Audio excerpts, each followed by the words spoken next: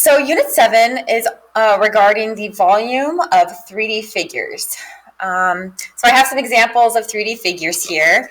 A square pyramid, a triangular pyramid, a triangular prism, and a rectangular prism.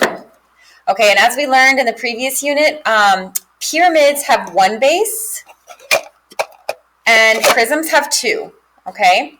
And so when we find the volume of pyramids and prisms, we'll need to take into account the area of the base, and then we multiply it by the height of the prism or the pyramid, right?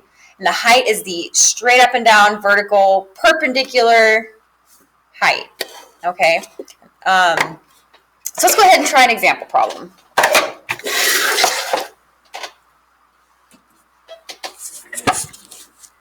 What is the estimated volume of this rectangular prism? All right, so I'm going to go ahead and circle, underline, box in key information here. I see the word estimated, and that kind of has me curious. And then I look over at my figure and I see some decimal points. So I might make my attempt a little bit simpler by rounding these to whole numbers, since I can estimate, right? Okay, so what is the estimated volume? Okay, so I'm solving for volume of this rectangular prism.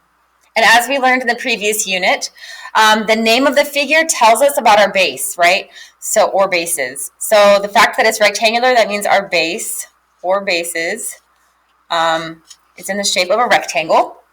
And then the prism tells us that we have two bases. Okay. So when I'm looking at my figure, I want to identify my bases, right? So when it comes to a rectangular prism, there are a couple different ways to look at the base situation. So you can just stick with what's simplest for you. I think that might be whatever's like sitting on the table. So we'll say that this is our base. And there are two of them, right? And they're parallel to each other. They don't touch. So this must be our second base. Okay, so I've identified my bases. All right, let me see. I'm looking for the volume. Don't know really where to go from here. Let me see if the star chart tells me anything. The question was asking for volume of this figure, so I'm looking. Well, here's that word volume, and I have a prism here. So the formula for volume of a prism is area of your base times your height. This big B, capital B, stands for area of your base. So I'm going to write that formula down on my paper, just as you would. I know it. Area of your base times your height. Area of your base? What does it even mean, Miss Burns? Well, you have bases. You have two of them, right? They're rectangles. So I got to plug in, how do I find the area of this rectangular base? Well, if you forget the formula for area of base, again, to the star chart, area for a rectangle is just base times height. Sweet. That's pretty simple. So I'm going to replace that big B with my formula for the area of my base times height. And then don't forget to put the height of your prism still at the end. All right, so I've written my formula. I've replaced my area of the base formula letter with my formula.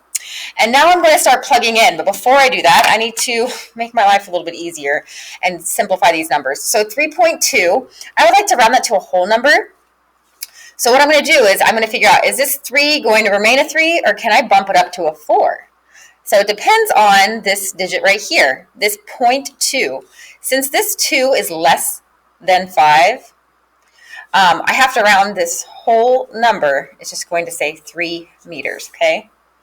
Now, my 2 meters is already a whole number, so I'm leaving that alone. Now, 2.8. Let me think about that for a minute.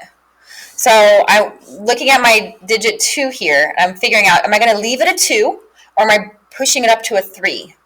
So how I determine that is by looking at the digit next to it, to the right. this digit is 5 or greater. It's greater than 5, right? It's not equal to 5. But it is 5 or greater, so I can round this to 3 meters. All right, so I have my dimensions, all just whole numbers, keep my life a little bit simpler. Now I can plug in. Volume equals. So the area of my base, I'm looking at 3 times 2. 3 meters times 2 meters. And then the height of my prism is, again, the distance between my two bases, right? So I rounded that to 3 meters. All right, now I have plugged in my numbers. I notice that all I have to do with all of these is multiply. So I'll go ahead and plug away. According to GMDOS, I'll do the brackets first.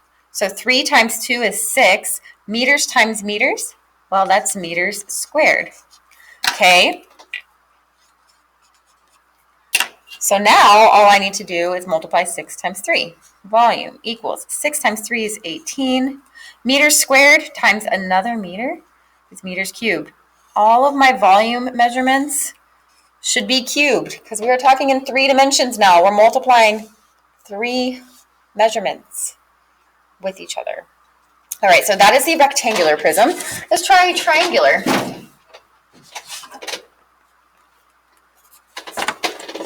Excuse me. Okay.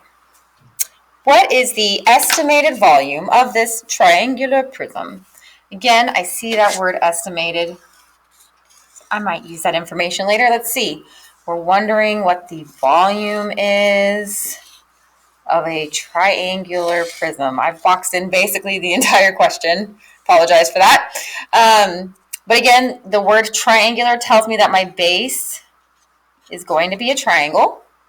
And prism tells me that I have 2 bases that I'm looking for.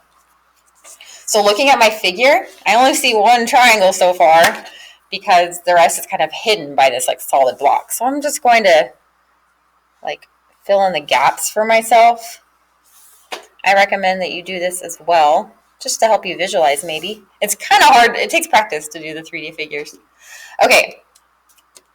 So we're wondering what is the estimated volume of this triangular prism.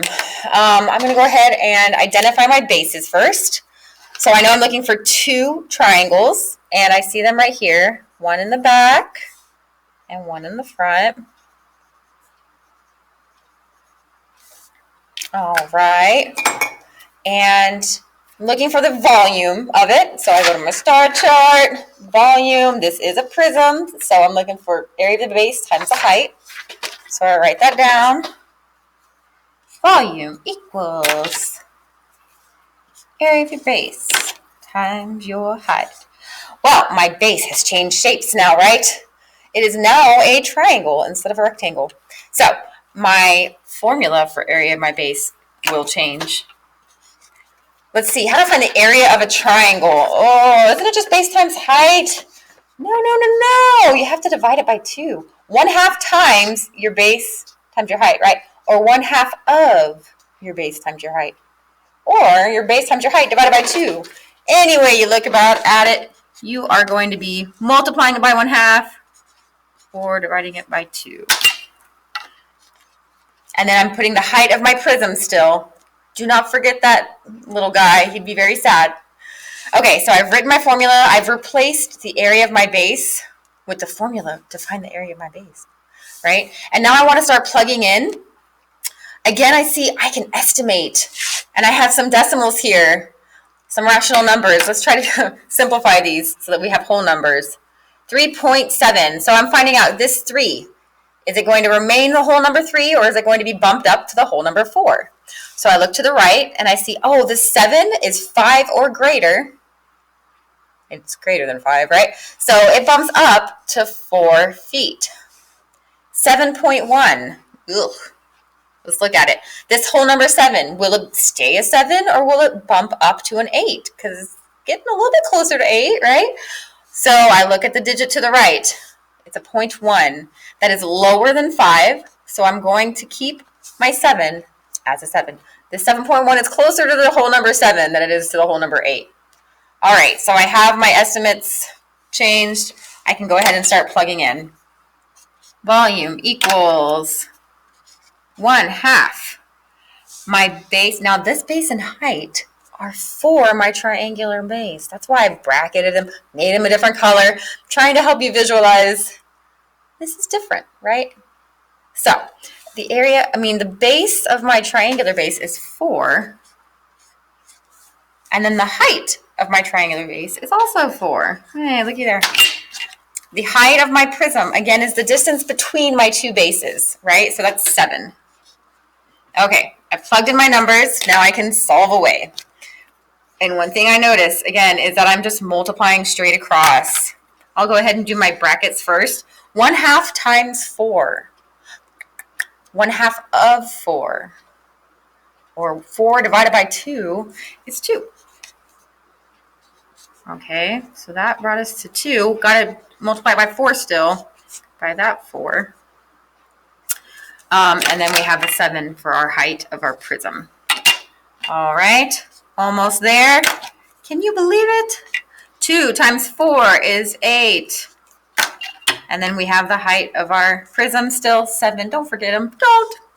All right, almost there. 8 times 7. 56. Ms. Burns, you forgot your units through all of these. You're right. I'm sorry. But I know it's volume. And I can see those foot measurements here. Feet cubed. Cubic feet. Because we are in three-dimensional world now. 56 cubic feet. So again, today we're talking, or this whole unit, we're talking about 3D figures. Today we're learning about finding the volume of prisms. And tomorrow you'll learn about finding the volume of pyramids. All right, see you later.